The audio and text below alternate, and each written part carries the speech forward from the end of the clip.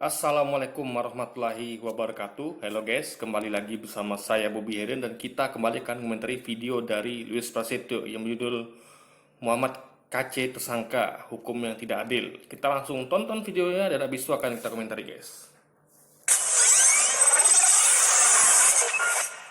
Pak Gus Dur pernah mengatakan, ingat nih Gus Dur, orang Kristen tuh semakin dibabat pasti akan semakin merambat.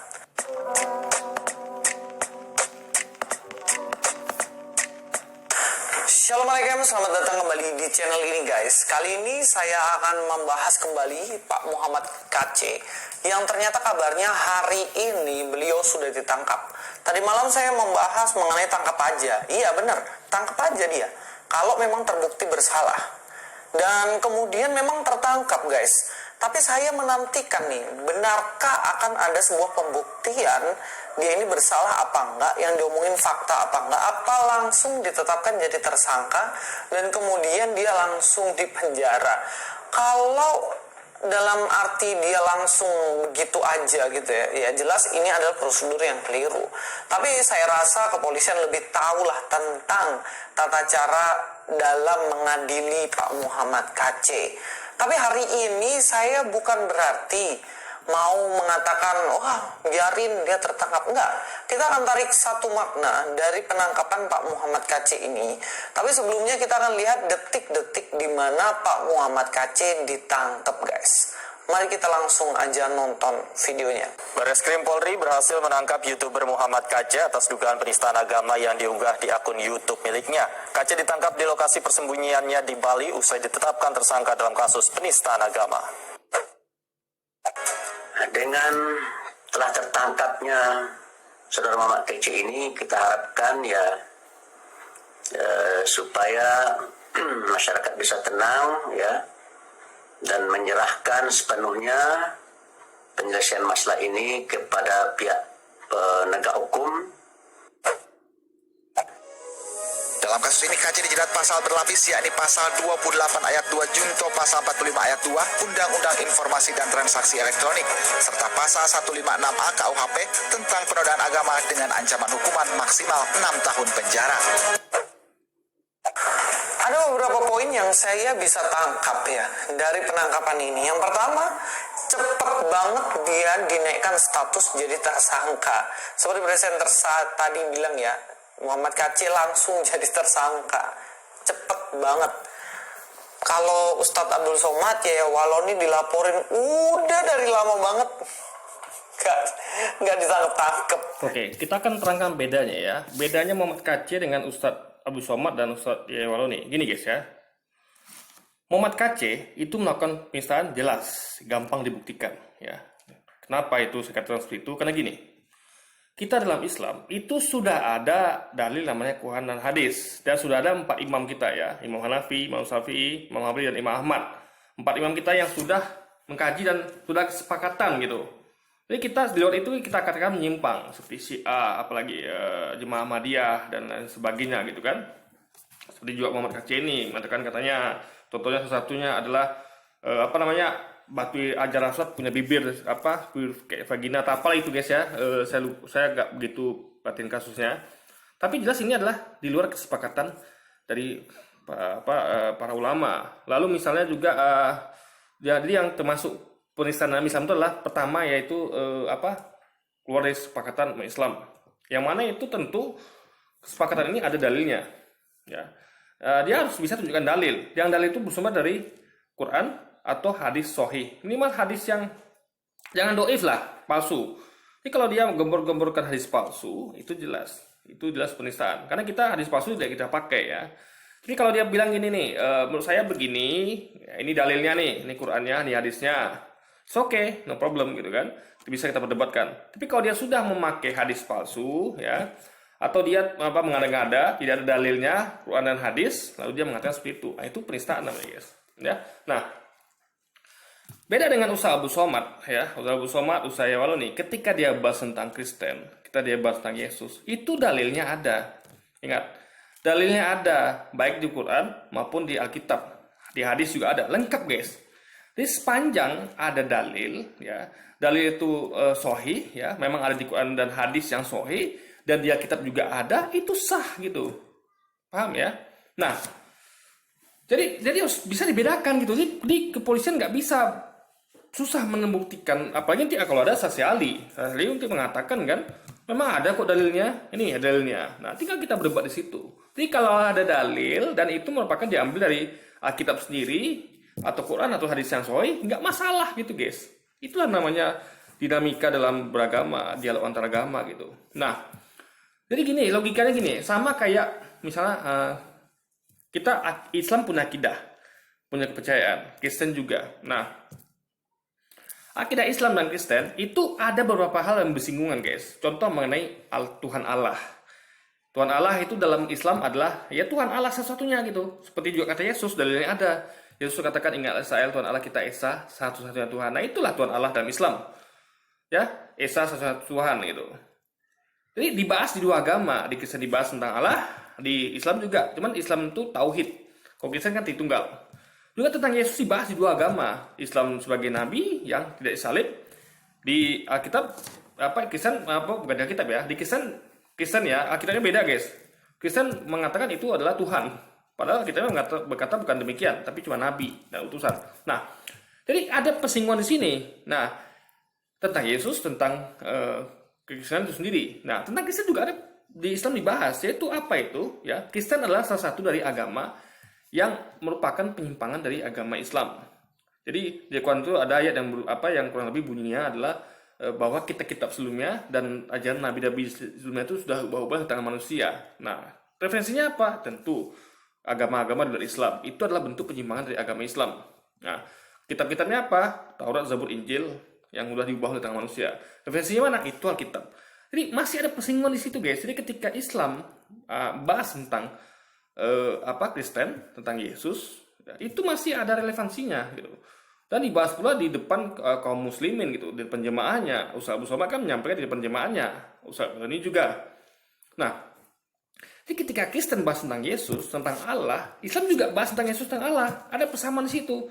Memang beda dogma, beda apa guys ya? Beda arti gitu. Jadi nggak bisa Anda salahkan Anda katakan itu penistaan agama dilakukan oleh Ustaz Abu Somad dan Ustaz Wailoni. Wong sama-sama bahas tentang apa? Masa Anda aja yang boleh bahas tentang Yesus, tentang apa? Kami nggak boleh. Padahal itu ada di kitab suci kami, Quran dan hadis sebelah, ya kan? Nah, ini guys yang harus bisa dibedakan gitu. Jadi kalaulah kalian katakan Ustaz Abu Somad dan Ustaz Wailoni itu penista agama, kalian juga kalau gitu logikanya. Kenapa kalian bahas Yesus? Yesus itu di agama kami nabi, kalian apa kalian tuankan? Nah, begitu kan logikanya guys. Jadi kalau kalian boleh sah membahas tentang Yesus adalah Tuhan di depan jemaah kalian, ya kan? Meskipun dalilnya tidak ada, ya kalian aja nggak ada dalil, kalian boleh bahas itu. Nah, kami dalilnya ada lengkap. Di Quran ada dalil Yesus bukan Tuhan, di hadis ada, di kitab apalagi kita bisa temukan dalilnya. Tapi masa nggak boleh gitu? Ini adil nggak? Toleran nggak namanya? Nah, itu poinnya guys. Jadi harus bisa dibedakan ya. Kecuali kalau gini, kita mengatakan tentang Kristen tapi nggak ada dalilnya. Misalnya saya katakan misalnya Yesus membunuh, dalilnya mana? Nggak ada. Itu baru masuk penistaan ya. Fitnah namanya, nggak ada dalilnya. Tapi sepanjang ada dalilnya ya. Saya mengatakan Yesus nggak mati salib, dalilnya apa? Saya bisa sebutkan dalilnya. Yesus mengatakan akan yang jahat ini meminta suatu tanda dariku, ya. Aku tidak akan memberikan tanda selain tanda Yunus, ya. Seperti Yunus tinggal 3 hari 3 malam dalam perut ikan, begitu juga anak manusia akan tinggal 3 hari 3 malam dalam perut bumi. Nah, itu dalil yang saya kemukakan. Nah, kita tinggal berdebat dengan itu. Ada dalilnya gitu. Jadi sekali lagi guys ya, yang disampaikan Ustaz Abu Somad dan Wailoni itu ada dalilnya gitu. Sama kayak misalnya kayak pendeta menyampaikan itu kan, Louis juga dasarnya ada dalilnya, teman dalilnya ngaco gitu, maksudnya itu tidak sesuai dengan kalau dikaji dengan pemahaman bahasa Indonesia yang benar-benar itu ngaco, tapi sudahlah, yang penting intinya adalah ada dalilnya. Selama ada dalilnya nggak bisa diiniin, dan dalilnya tuh harus apa ya guys ya? Kalau dalam Islam ya, dalam Islam itu yang disepakati 4 imam. Yang pertama ya, yang kedua kalau nggak ada, misal kayak mana Ahok itu ya, kita Ahok sedikit. Nah Ahok ini ya, masalahnya kenapa diproses? Karena Ahok ini berbahaya. Ingat ya, efeknya ini penting guys ya. Meskipun ada dalilnya, dia mengatakan Al-Maidah 51, dalilnya ada, gitu kan. Emang ada dalilnya Al-Maidah 51. Tapi masalah adalah dalilnya itu tidak sesuai dengan, jadi dua, tidak sesuai dengan empat imam kita. Pertama, yang kedua nih parah guys, udahlah nggak sesuai dengan empat imam kita, ditambah lagi apa namanya, tidak sesuai dengan pemahaman bahasa Indonesia yang benar-benar gitu, paham ya? Dari sisi bahasa pun nggak bisa, apalagi ini mengatakan dengan konotasi yang negatif gitu. Kalau misalnya kayak, ya contoh lah kayak Ahok bilang itu, jangan mau dibohongi oleh Al-Maidah 51. Jadi ini kan sama dengan mengatakan bahwa Al-Maidah 51 itu alat kebohongan dan orang-orang yang menyampaikannya adalah para pembohong. Jadi kata-kata pembohong, penipu, ini nggak boleh dipakai seharusnya guys. Gitu. Apalagi ini dilakukan orang-orang di luar dari Islam gitu. Dan dia pun posisinya penting pula. Dan ini pun waktu itu ada pula demi memuluskan ambisinya untuk jadi gubernur gitu kan. Nah, ini kan berbahaya. Jadi dia meracuni ya pikiran kaum muslimin sehingga ada tahu apa terjadi perpecahan guys. Jadi waktu itu perpecahan luar biasa di Jakarta. Ada yang terpengaruh, ada yang tidak. Nah, akhirnya pro kontra. Coba Ahok nak ngomong seperti itu, nggak ada pro kontra guys. Jadi waktu heboh Jakarta kemarin itu karena kata-kata Ahok. Akhirnya ribut tuh guys. Jadi ribut antara kaum muslimin. Jadi Ahok gitu efeknya luar biasa, memecah belah umat. Itu faktanya. Ini kita lihat. Tapi kalau misalnya statement biasa, kita mengatakan Yesus itu kayak saya, Yesus nggak salib, itu kan memang akidah masing-masing, nggak ada bikin orang pecah belah gitu. Memang adanya begitu, kayak akidahnya begitu, bukan di luar akidah gitu. Nah, jadi harus bisa dibedakan ya. Jadi beda sekali antara Muhammad Kacé dengan Ustaz Abdul Somad dan Ustaz Wailoni. Jadi Ustaz Wailoni dan Ustaz Abdul Somad sama kayak pendeta kalian, Luis. Pendeta kalian bahas tentang Yesus sesuai dengan akidah kalian. Ustaz Abdul Somad Ustaz kami bahas tentang Yesus sesuai dengan akidah kami gitu. Itu halnya gitu kan. Ya, itulah ya lucunya di sini. Yang kedua diancam 6 tahun ya, paling lama 6 tahun penjara. Wah, ini bukan waktu yang singkat nih. Ini waktu yang lama banget. Dan juga yang ketiga, komentar lucu dari MUI. Katanya MUI Gini guys ya, 6 tahun itu dipikir Luis lama, tapi itu aja nggak bikin kapok loh. Coba lihat, banyak sekali orang-orang yang menista agama, Islam apalagi. Gini loh guys ya, Kristen itu nggak bisa bahas tentang Nabi Muhammad, karena tidak ada di Alkitab. Paham ya? Tapi kalau Islam itu boleh bahas Yesus, karena ada di Al-Quran dan hadis. Ya, jadi ini sesuatu yang nggak dibahas, nggak boleh dibahas sebenarnya. Dalam artian gini, mereka boleh bahas mungkin, tapi internal saja gitu. Jangan keluar lah. Dan itu akidah itu kan, akidah. Tapi mereka kan tidak, mereka bahasnya di luar. Kalau kita bahas di luar oke, karena memang ada itunya, ada hubungannya, relevansinya. Yesus itu relevansi dua agama, tapi Nabi Muhammad tidak, hanya Islam saja kan. Kristen tidak mengakui Nabi Muhammad. Kalau Yesus kita akui sebagai nabi. Jadi Yesus itu bersinggungan, Allah bersinggungan, tapi Nabi Muhammad tidak bersinggungan gitu. Jadi nggak layak Kristen bahas Nabi Muhammad. Tapi mereka membahasnya. Bahkan mereka mengatakan yang tuduhan yang fatal, pedofil lah, apalagi gila seks lah, apalagi tuh gila perang segala macam lah gitu. Padahal itu dalilnya nggak ada, ya. Hanya asumsi mereka. Apakah orang yang perang itu gila perang? Kan tidak semuanya gitu. Maksud tuh kategori ini kan ada parameternya. Mereka menabrak parameter itu. Jadi kadang-kadang Nabi sering perang, mereka katakan gila perang. Mereka tabrak semua parameternya. Padahal kan nggak sesederhana itu. Atau misalnya pedofil, ya. Karena Nabi Muhammad itu menikah dengan Aisyah, ya, itu dinikahi usia 12 tahun. Bahkan ada hadis yang mengatakan itu usianya 19 tahun malah. Ya, jadi hadis itu guys ada bermacam-macam versi. Ada yang sahih, ada yang palsu ya. Ada yang doif, itu macam-macam. Jadi ada 12, ada 19 tahun. Yang 9 tahun itu adalah waktu dia dipinang. Ibaratnya itu ditunangkan gitu. Jadi 3 tahun waktu tunangan, 12 tahun baru dinikahi. Jadi intinya adalah kan itu pada waktu itu tidak ada musuh-musuhnya, jangan lagi sahabat atau dekat. Musuhnya pun tidak ada menyalahkan Nabi atas hal itu gitu. Karena itu memang lazim terjadi pada waktu itu. Tiap zaman tiap beda. Dulu ya dulu tuh anak gadis itu kalau nikah tuh dikit lang udah laku. Sekarang tengok ada bersama kan, mas sekarang nggak bisa. Sekarang kita lihat coba orang ada perawan umur 40 tahun tuh biasa aja wanita itu, tidak ada yang warga mencemooh kan. Orang kan bilang mungkin dia ngejar karir, mungkin dia ngejar ini gitu. Nggak ada masalah sekarang. Dulu masalah guys, itu kok udah 20 tahun nggak nikah itu nggak laku ya atau gimana gitu. Nah, ini tiap zaman tuh beda ini ya. Yang penting adalah kita lihat bagaimana perlakuan masyarakat pada waktu itu. Masyarakatnya musuh-musuh Nabi pun tidak ada mengatakan Nabi pedofil lah, gila seks lah, apalagi gila perang, nggak ada guys. Nah, tapi orang ini berani mengatakan itu. Gitu. Musuh Nabi itu nggak pernah ngomong itu. Nah, jadi kita bisa lihat ya, ini fitnah berarti. Dalilnya nggak ada, ya. Dalilnya Nabi pedofil nggak ada, musuh Nabi nggak ada ngomong begitu, tapi mereka ngomong gitu. Nah, itu yang dinampakkan dengan penistaan. Tapi mereka tidak ada di apa-apain, dilaporin pun tidak gitu. Berapa tingginya akhlak kaum muslimin, mereka tidak dilaporin gitu. Tapi kalau Muhammad KC ini memang sebenarnya gini guys ya, kalau kita melaporin itu banyak sebenarnya. Tapi mungkin yang terpantau cuma Muhammad KC gitu kan. Tapi ya gimana lah ya. Intinya adalah kita nggak sebaper mereka. Kalau mereka ini kan baper. Masa kita bahas Yesus nggak boleh gitu kan? Bahas tentang Alkitab nggak boleh. Padahal Yesus itu adalah Nabi yang kita percayai.